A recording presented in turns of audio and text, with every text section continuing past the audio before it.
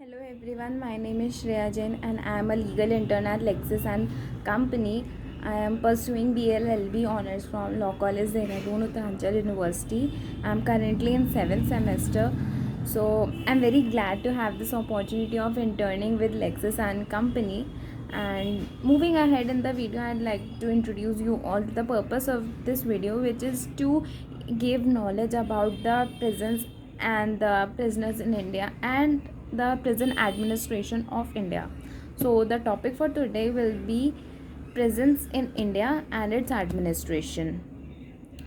So continuing in the video, what I'll be discussing in this video is the role of prison, the prison administration, the major issues of prison administration in India, the various measures taken by the government to resolve these issues, the committee set up to recommend solutions, and I'll also be discussing an example of recent development, and at last we'll be concluding the video. So let's begin. All men are born equal and are endowed by their creator some basic rights. These rights are mainly right to life and liberty. But if any person does not comply with the ethics of the society, then that person is deprived of these rights with proper punishment. However, many experts believe that the main objective of prisons is to bring the offenders back to the mainstream of the society, for which there are various workshops being organized by the state government in collaboration with NGOs to bring reforms in the current prison systems.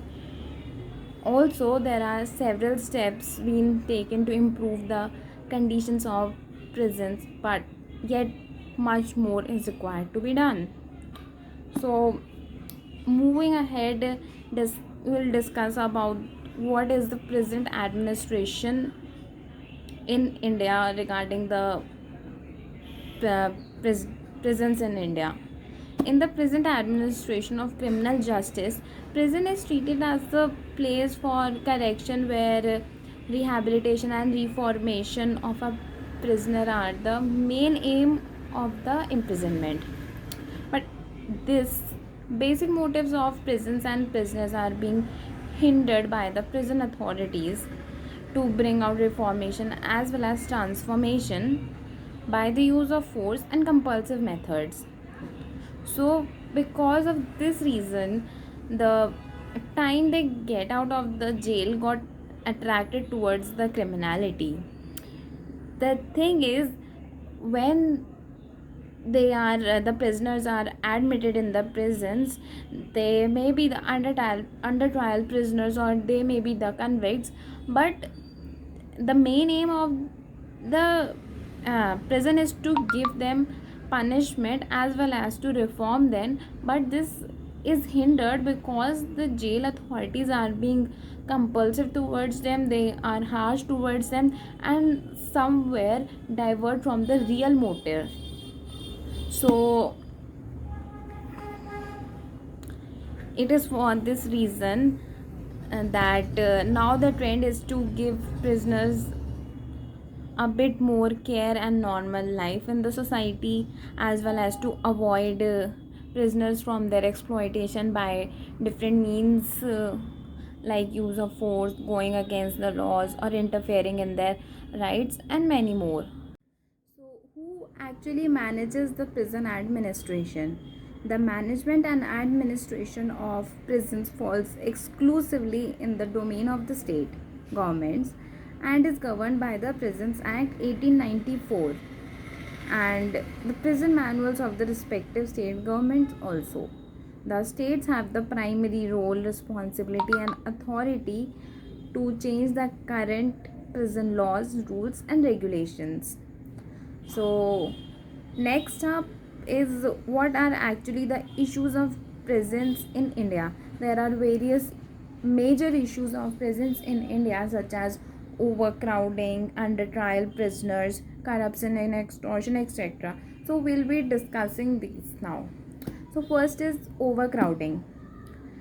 The country's 1412 jails are crowded 214% of their capacity, with a count of 4.33 lakh prisoners against a capacity of less than 3.81 lakh until December 31, 2016. One of the primary reasons for crowding of prisons is the pendency of court cases. One of the very simple reasons why the Indian prisons are lacking behind in their administration. Next up is the under trial prisoners. More than 67% of the prisoners in India are under trials. The share of the prison population awaiting the trial in India is extremely high. So again, this is one of the major cause of the poor quality of prisons in India. So third point here is the corruption and extortion. Extortion by prison staff is common in prisons around the world, and powerful inmates in some facilities enjoy cellular phones, rich diets, etc. And because the poor inmates who are not able to access these kinds of facilities, their situation is continuously deteriorating. So next issue here is lack of legal aid. Lawyers in India are poorly paid and are often overburdened with the cases. And next is unsatisfactory living condition. This is also one of the major points in lacking of the prisons in India. That is over again this is connected. Overcrowding itself leads to unsatisfactory living conditions, and moreover, prison structures in India are in dilapidated conditions. Also, there is shortage of staff. The ratio between the prison staff and the prison population is approximately 1:7. It means only one prison officer is available for 7 prisoners. Torture and sexual abuse. This is also one of the major point.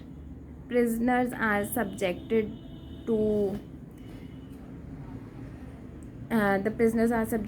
psychological and physical torture.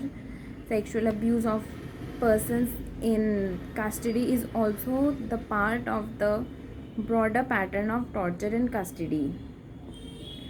There are many custodial deaths, and there are underpaid and unpaid labor. The labor is extracted from prisoners without paying proper wages. There is inadequate security measures and management. The poor security measures and prison management often leads to violence among the inmates, and the result is injury and in some cases death also. The condition of women prisoners is also one of the issue. The women prisoners face number of challenges, including poor nutritional intake, poor health, and the lack of basic sanitation and hygiene. This is one of the major cause they are facing. Next is discrimination. According to Human Rights Watch, a rigid class system exists in Indian prisons. There is a lot of discrimination among the inmates languishing in thousands of prisons in India. There is also lack of reformative approach. That is, the absence of reformative approach in Indian prison system has not only resulted in ineffective integration with society, but also has failed to provide productive engagement opportunities for prisoners after their release. So these were some of the major issues of prisons in India. So we come to the conclusion of this video, and I'll be discussing the various steps taken by the government to ease these issues and promote a healthier growth of prisons in India in my second video. And also I'll be discussing the committees, and hence we'll be concluding this topic in the next video. So thank you so much everyone for watching. Hope you like it. If you guys have any question regarding this video, please comment in the chat box. I'd like to hear them and answer them.